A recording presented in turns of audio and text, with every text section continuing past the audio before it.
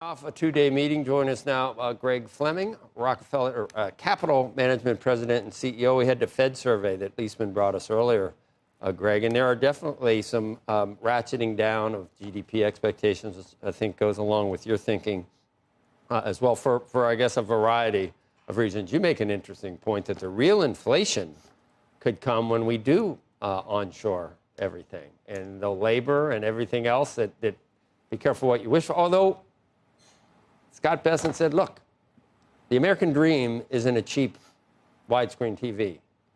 So maybe we pay more for that. But everyone's got a job to buy one, hopefully. Is there something to that? Well, one thing that Bessent also said that I'm hoping he's still very focused on is 3, 3, and 3. 3% real growth, 3% inflation, and 3% federal deficit by 2028. Let's hope they're still on track for that.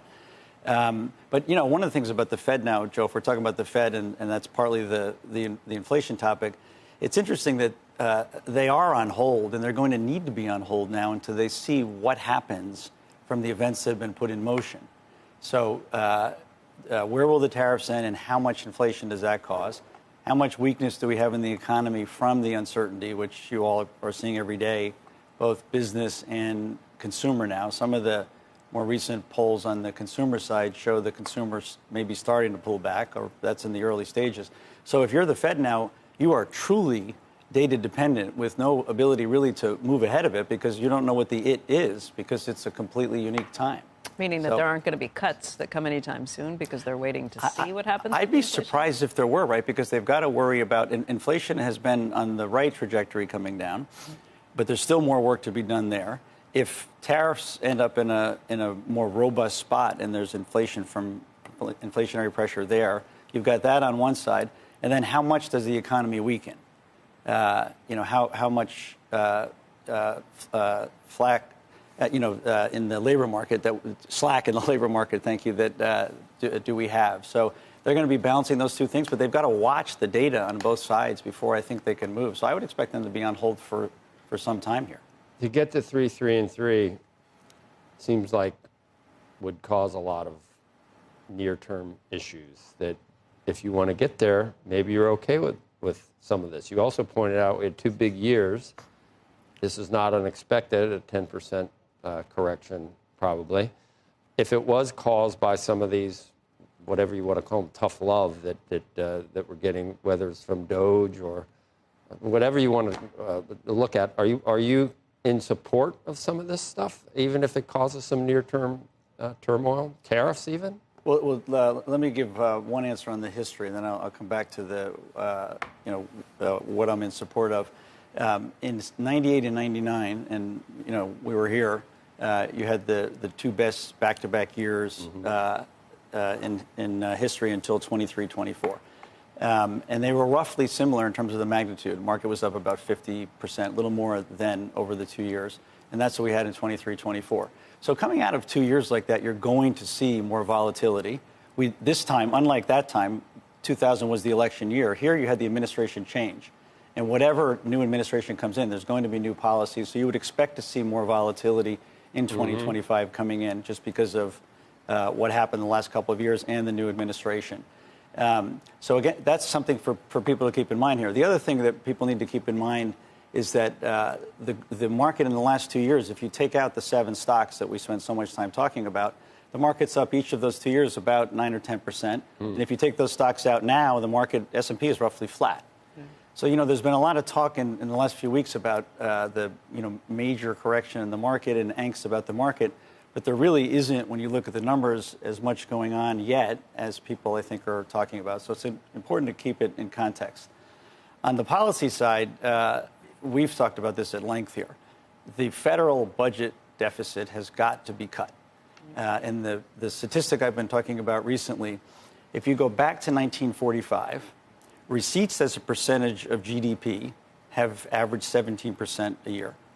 Spending over that entire time frame has averaged 19% a year. And we obviously had some years even with a surplus. Bill Clinton left office with a surplus. In the 5-year period, 2019 to 2024, receipts were 17% of GDP on average, and spending was 27% of GDP. COVID. Completely unsustainable. We have a wealthy country. I still, firmly believe greatest economy in the world and will be for a very long time. But we can't afford that level of deficit year in and year out. So they have got to go after that. Whatever party's in power, they've got to go after that. So I'm hoping that they get there with some material reduction in the level of deficit spending that we have in this country. Right. I mean, I looked at it again, and Trump was under a trillion for the first 3 years, and then it was almost $4 trillion in the COVID year. So all in, it came at like 7. Then I think Biden did almost 3 or just under that. Up front, right, when he came in on right. COVID, yeah. But then then it came down below 2, but then the last 2 or 3 years, we went right back up for no reason, other than everything the Democrats wanted. And think if it wasn't for Sinema and Manchin, it would have been 10 times worse. But all that stuff that happened got us back to $2 trillion in deficits. We were under $1 trillion. You cannot run on a sustainable basis, even if the United States, a deficit, particularly when employment's close to full, as it has been, of 6 to 7% of GDP. You know, one of the transitions I think they're also trying to make now is all of that spending on the federal side, it's got to come down, and they're hoping to transition to faster growth on the private side. Mm-hmm. And that would be a great pivot if we can pull that off in the economy, a great pivot for us to have now. No question that spending has outpaced where it should be. But when you hear talk about cutting and coming up with savings from some of that spending and then turning around and giving it back in tax cuts, what do you think of it? Well, you know, the tax cuts, I mean, the pro-tax cut crowd. I'm not talking the 2017 return. I'm talking about additional tax cuts on top of that, not paying for tips, not paying for overtime. A lot of things that have some pretty big price tickets on them to the tune of, billions of dollars. Becky, you're right. They've got to balance both sides. You in the final analysis, when you put it all together, that deficit, and, and Besant said it up front, 3% of GDP by 2028, they have got to figure out the balance that's going to get there. So I completely agree with you. If there's less on the spending side and you layer on additional tax cuts, even though tax cuts tend to be pro-growth, and that's the argument for them, that's a problem because we have got to take this 6-7%, bring it, and it should be 3% by 2028, and it could come down further from there because you're now already servicing. And Joe and Becky, we've talked about this. Yeah. The interest on the debt today exceeds military spending. And when you look in the world around us and the people you're talking to every day, military is quite important today given what's going on in the world. Right. So we have to invest in the military, reinvent the military. We need the money for that.